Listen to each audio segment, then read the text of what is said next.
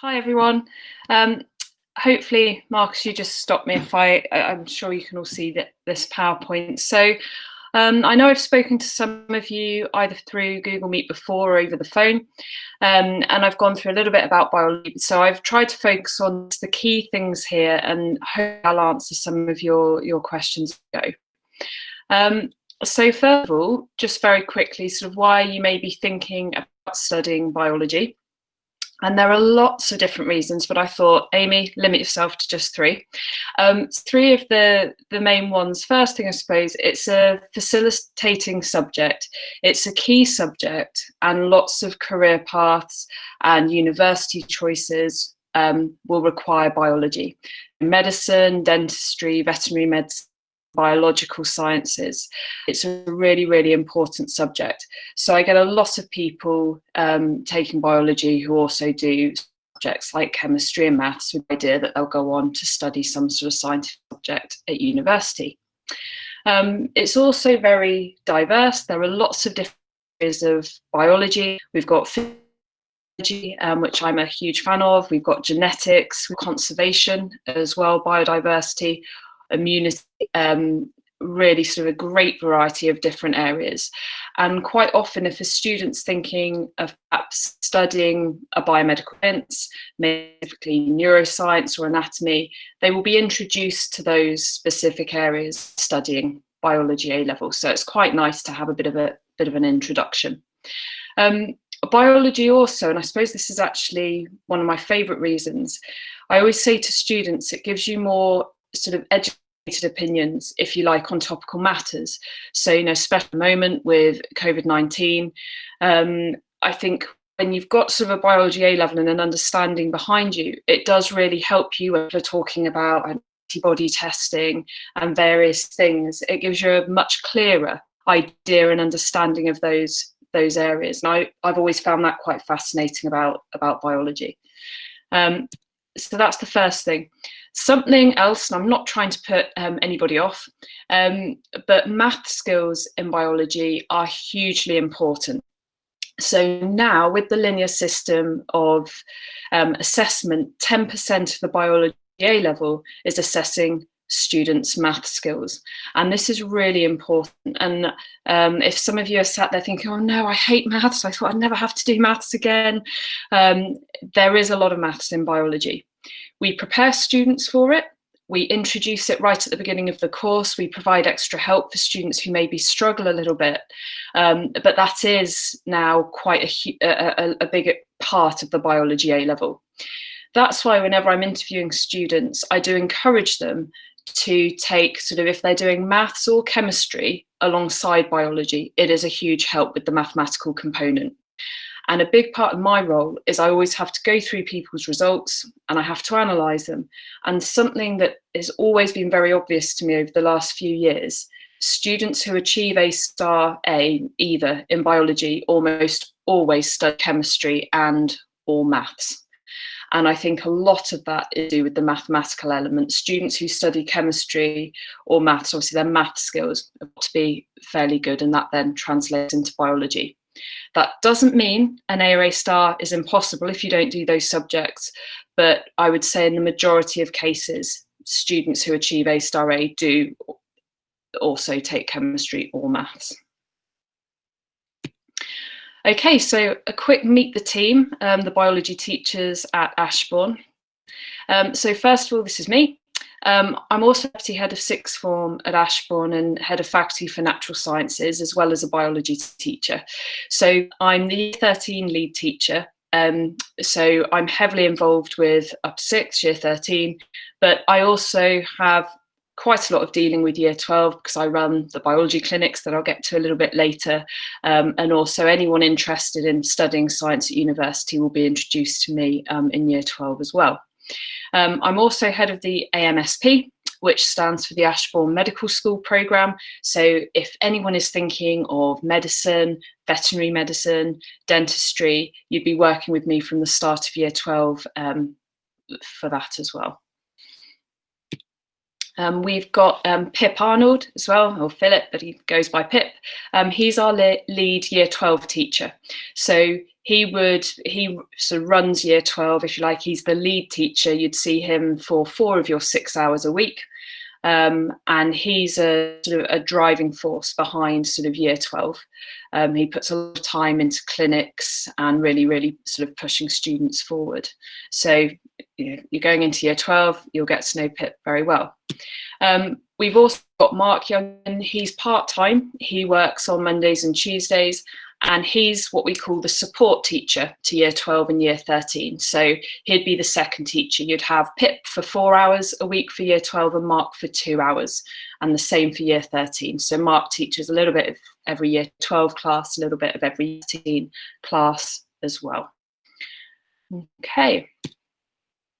We've also got Tracy. I actually taught her, feels like forever ago now, in 2016. She got an A star in biology, an A in chemistry, an A star in classics, an A star in English literature. She's got a chain of A stars to her name. She university, but she comes back and she works at Ashbourne while studying at the same time, and she works very closely with me to provide academic support to our biology and chemistry students.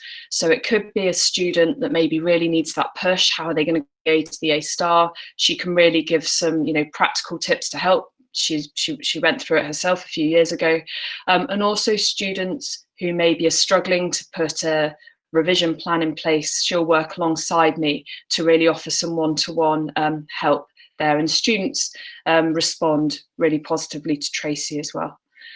So she's got a great relationship with students. I'm trying to convince her, once she's got her degree, to come to Ashbourne to teach, but I'm still in the process of trying to convince her of that.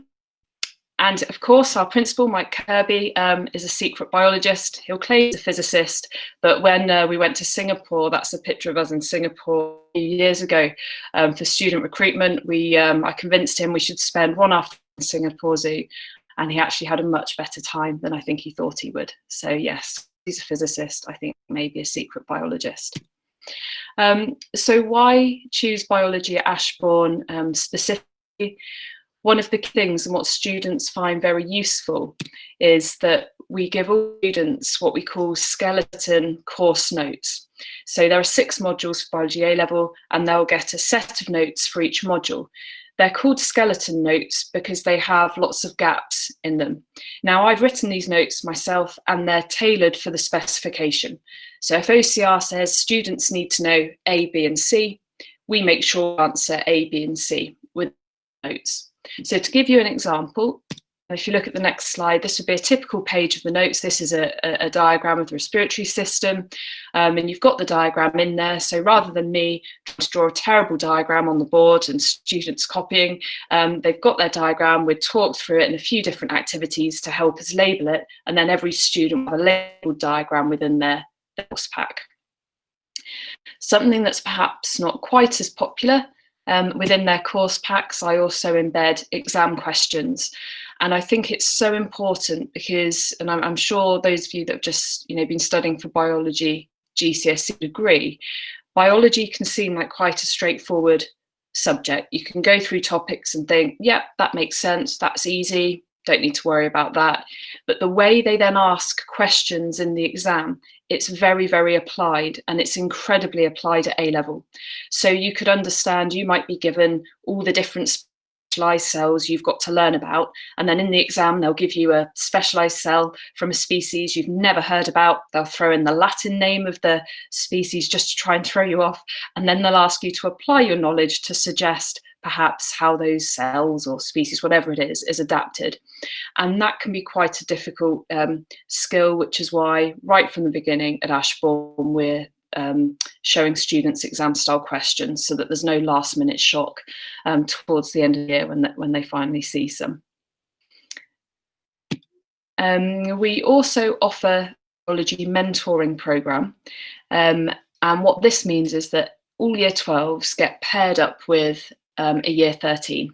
So when we start, it usually takes us a few weeks to organise the pairings, but we pair Year 12s with Year 13s with the idea that they'd meet up once a week in the library for about half an hour to go through any topics that the Year 12 might be struggling with.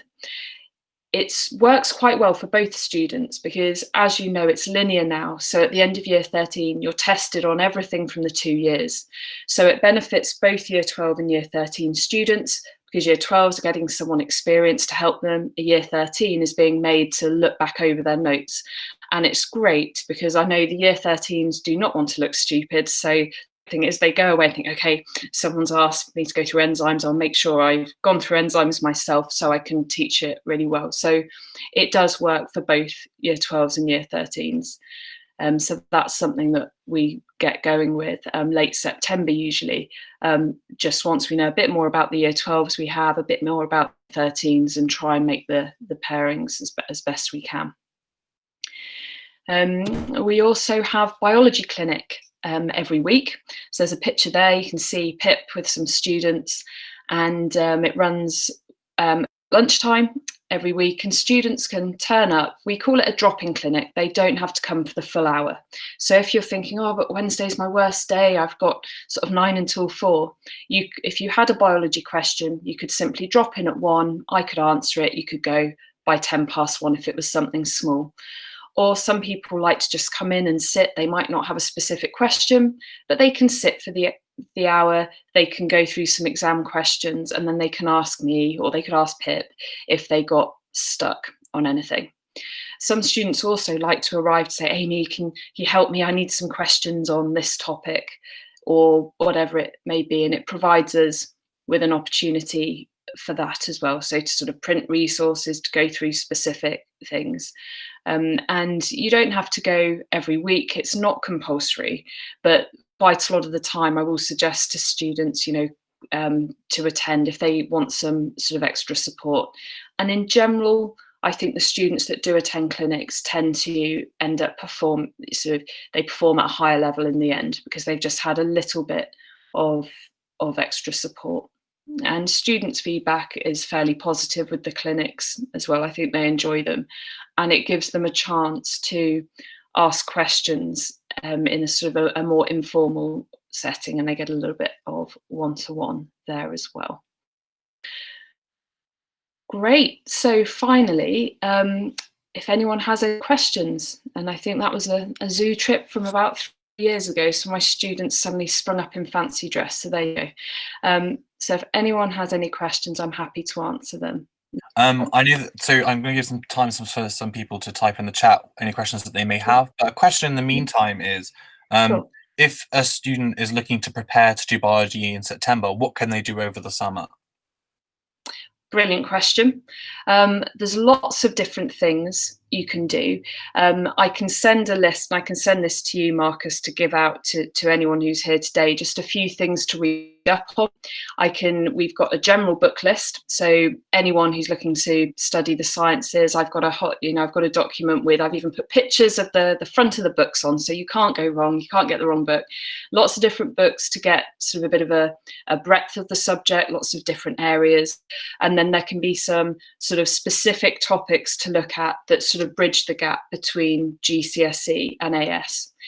I don't think it's something you need to be spending hours on. It will depend on the student, but especially given what the world is going through at the moment, it does give a bit more time for reading. And I think going through and using this time for reading lots of books, of which I can send a list, would be a really sensible use of time, something will help you with your A-level and then help you in your personal statement for university as well. That's great. So I got a question from Aaron here, and he was like, what's the general number of students in a biology class? Our maximum is 10. So if you saw a picture of our biology lab, I can't get more than 10 in the lab. It fits quite nicely. In general, I've had, I think, a 7, 8 and 9 this year for my 3 A2 classes, but maximum 10. So anything from 7 to 10 students. It does mean you can't hide. So if you're the sort of student who likes to sit right at the back and think, oh, I hope that keen one at the front will just answer all the questions, that can't happen in smaller classes. But it does mean if you're struggling, the teacher can pick up on it very quickly. But we try and give this type of environment with these small classes that you do feel comfortable to ask questions right from the off. Okay, well, Aaron, I hope that answered your question. I've got another question here from Alexis, who says, you mentioned that maths is important. Does that mean we need to achieve a minimum maths GCSE grade in order to do biology? Okay, for maths, I think, roughly speaking, it would be beneficial to have a 7 in maths for biology A level. It doesn't mean if you say get a 6, that means, okay, biology can't happen at all. It would depend on the student and the other A level subjects you're doing. But let's say a student maybe got a 5 or a 6 at maths GCSE and then didn't take chemistry or maths A level alongside biology. I would say that would be a struggle. So I think about a 7 ideally, for me to say confidently, yeah, I think you'll be able to cope with the mathematical component of A level. Alexis, I hope that answered your question. Another question I was just thinking of is that I know that lots of the people who are attending today are thinking about possibly doing medicine or kind of biomed at university. What is the difference between medicine and biomed? Okay, so medicine is 5 or 6 year course depending on the university, and the outcome is you become a doctor, a medical practicing doctor for a medical degree. So we have lots of students that sort of start and they're interested in that career path. That's why we have weekly clubs for that, and the whole point of the club is to give students a realistic idea of what life of a doctor and a medical degree actually involves. So the outcome of medicine is becoming a practicing medical doctor. Biomedical science is a 3-year course, and at the end of that, there are lots of different things you could do. So you wouldn't be practicing sort of medicine in the same way, but it may lead you to become a research scientist, it may lead you into a PhD, it may even lead you into teaching. There are all sorts of things that biomedical science could lead you into, including medicine as a graduate. So if perhaps you weren't thinking of medicine straight away, but you thought, well, I'll do biomedical whilst I make up my mind, get a nice grounding in biomedical science, then you could do medicine after that as a graduate. Fantastic. And then the other question I had was, if I was thinking about doing veterinary medicine or medicine, would I need kind of the same grades to do either, or? Okay, veterinary medicine in general is slightly lower, and by lower I mean 3 A's rather than medicine that is typically AR, AA. So we had a student this year applying for veterinary medicine, and they had offers from RVC, Edinburgh and Bristol, and they were all 3 A's. And that's their standard veterinary offer. But medical schools, standard offer, George's, UCL, Imperial, A star, AA. Oxbridge slightly higher, usually 2 A stars and an A for medicine. And I think Cambridge for veterinary medicine is A star, AA. So that's the highest vet med would be. But in general, 3 A's for vet med, A star, AA for medicine. Got a question here from Muzamil. Yeah. Who's like, would there be any guidance or work experience for students thinking of studying medicine?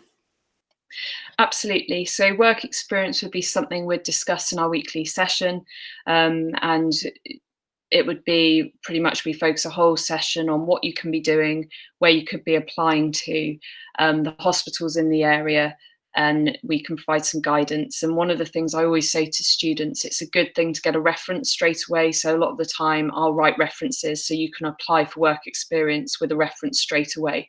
Sometimes that sort of helps to speed things up, but you would be provided with help like that within the Ashbourne Medical School programme with me.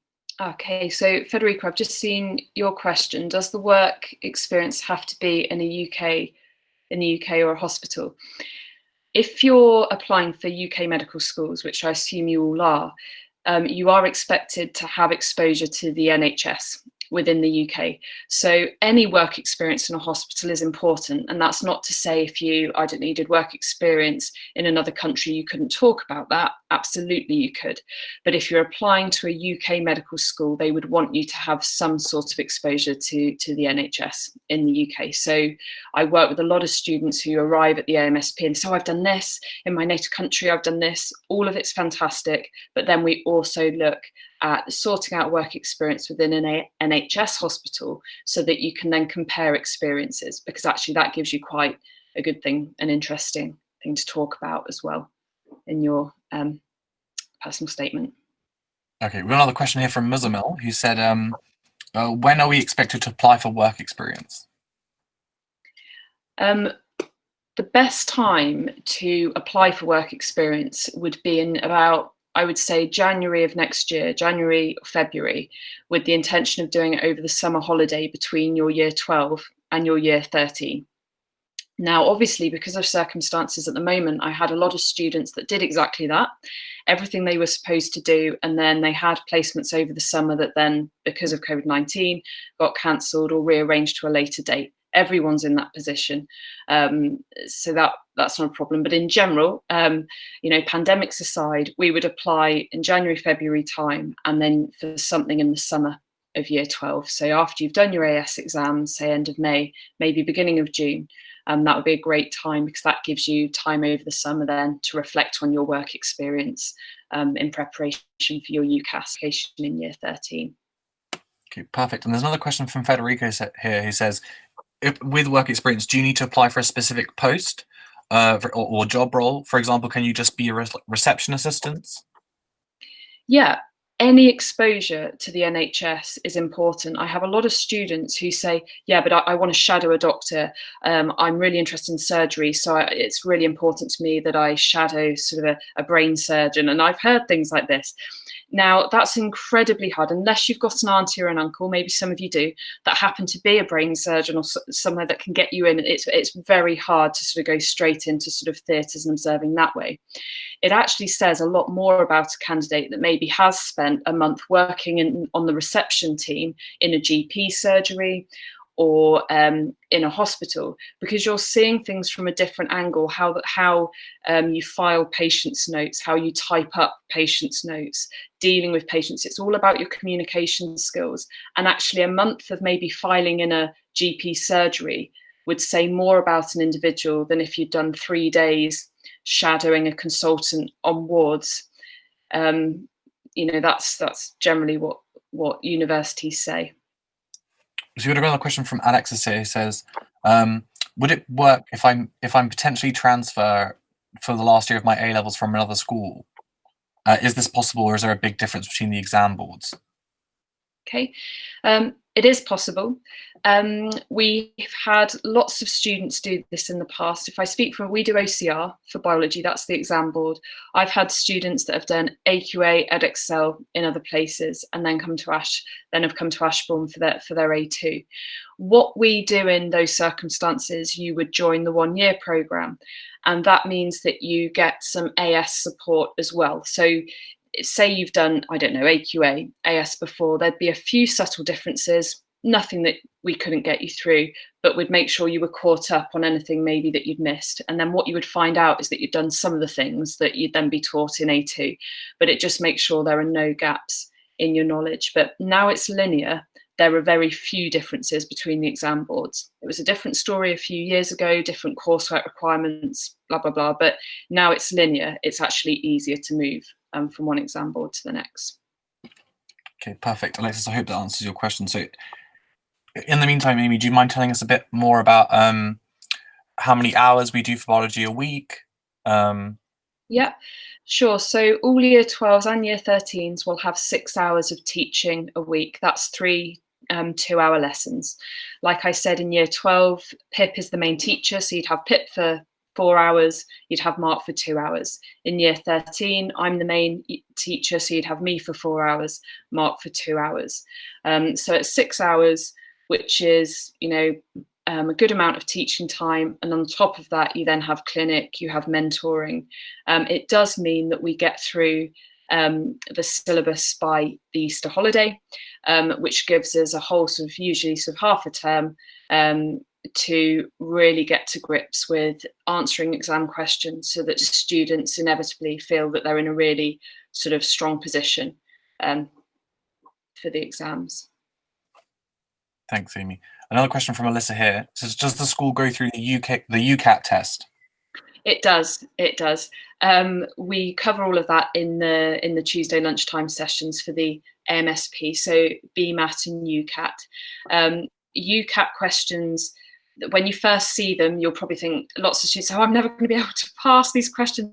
But we do a lot of practice. It is just practice with the UCAT, and we sort of introduce it early. You get your UCAT book, and then you can sort of work through it throughout the year. But we'll provide the resources that you need, and I'll explain how you register, all those things as well. Thanks, Amy. I actually missed a question from Alexis. Sorry, Alexis. Sure. She's asking whether if she wanted to apply for medicine and the deadline is early, how would I get my predicted grades? Sure. This happens every year, and I think this year 4 of the medical applications I had to get through, they were all new students who had started in September. For predicted grades, we would look at previous results. So we would look at your AS results if you'd taken your AS exams elsewhere. We would also look at GCSE results, any sort of information like that we had. We would also look at how you'd got on in the first 6 weeks at Ashbourne as well, because the deadline's mid-October. So I'd speak to your teachers and how you'd been getting on in September, October. And although it might seem unlikely, we've got through, some students have started right at the end of September, and we've had about 2 weeks to get them through their medical applications, and it's possible you can do it.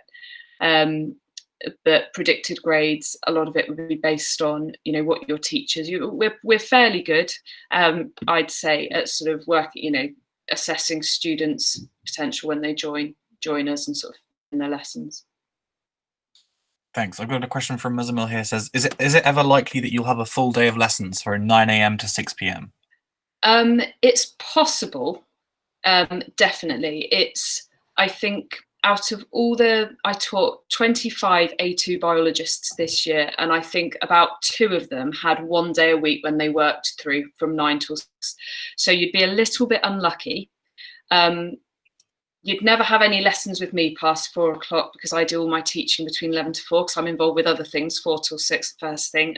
So I can say that in biology, you'd never see me 4 till 6 within a class, but it could happen, but it would be unlikely, because we have a nice long day. You can usually be spread out. You may have gaps in your timetable. So you may have a 9 till 11 lesson, and then a 2-hour gap, and then another lesson 2 till 4. But I'll work with students in that position to really plan their day, because if you plan those chunks of time, work in the library, you can actually get all your homework things achieved throughout the school day. So you're not then going home and spending your evening getting through all your homework. And that works really well if students sort of get into that sort of cycle. Thanks. And we've got another question from Aaron here. It says, would it be a disadvantage to couple biology A-level with unlinked subjects such as English or philosophy, rather than maths and chemistry as you suggested? Every student is different, and I would have to look at sort of at what they'd achieved beforehand. But I would say, just if looking at the stats, it's less likely you'd achieve an A or A star if you weren't doing chemistry or maths. Not impossible, and like I said, every student is different, and I would have to look at individual cases. But biology, it's a very sciencey, mathsy subject. If you're not taking another like subject, it can be more of a challenge in generally speaking. Fab, thanks. Got another question here from Muzamil, who said, is it wise to start studying for the UCAT during lockdown? Absolutely. I don't think, if you're looking at going into year 12, I don't think at all that you should be spending hours every day in doing UCAT questions. You'd be better off reading books. And Marcus, I will send you the book list to send out to everybody. But you could just buy yourself a UCAT book and then maybe spend an hour a week. Incorporate it into some sort of ritual. Maybe Thursday morning is your UCAT morning, and do an hour and just introduce yourself to the different types of questions. But if you've just finished your GCSEs and you're going into year 12, I wouldn't say that UCAT is the essential thing to be doing. I'd say just reading around the subject. Thanks. And another question here from Ismail. He said, at what point of the course do we complete the content and move on to revision? the standard 2-year A-level course would finish at Easter in the second year. So end of March, the content, the specification is finished. We then move into Easter revision.